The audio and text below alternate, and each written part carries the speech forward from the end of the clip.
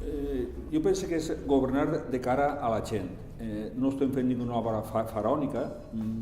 Totes les subvencions que ens donen de la Diputació, que són els que més subvencions ens donen, doncs no fem ninguna plaça, sinó fem obres, com per exemple asfaltem carrers i arreglem les barreres arquitectòniques.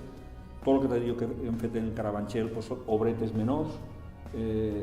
Fem coses de cara a la gent palpables, perquè la gent visca més a gust. L'hem rehabilitat en una subvenció de la Diputació i si no passa res, enguany es començarem a impartir el grau professional. La meva finalitat no és que me recorden, la veritat és que no és la... Això m'ho ha comentat algú, diu, passaran els anys i no te recordaran per ninguna obra important. Jo considero que m'alegraré que no me recorde per fer ninguna obra important, per ser transparent de cara a la gent, perquè així, per exemple, quan jo vaig vindre, les obres menors se poden adjudicar, l'alcalde pot donar-les a qui vulgui, no? I quan vaig entrar jo, me costava uns mesos, perquè tots els grups volien dir, mira, aquesta obreta li donem a aquesta, a l'altra. Doncs cridem a tots els constructors del poble i ho licitem de forma interna de Cimentos.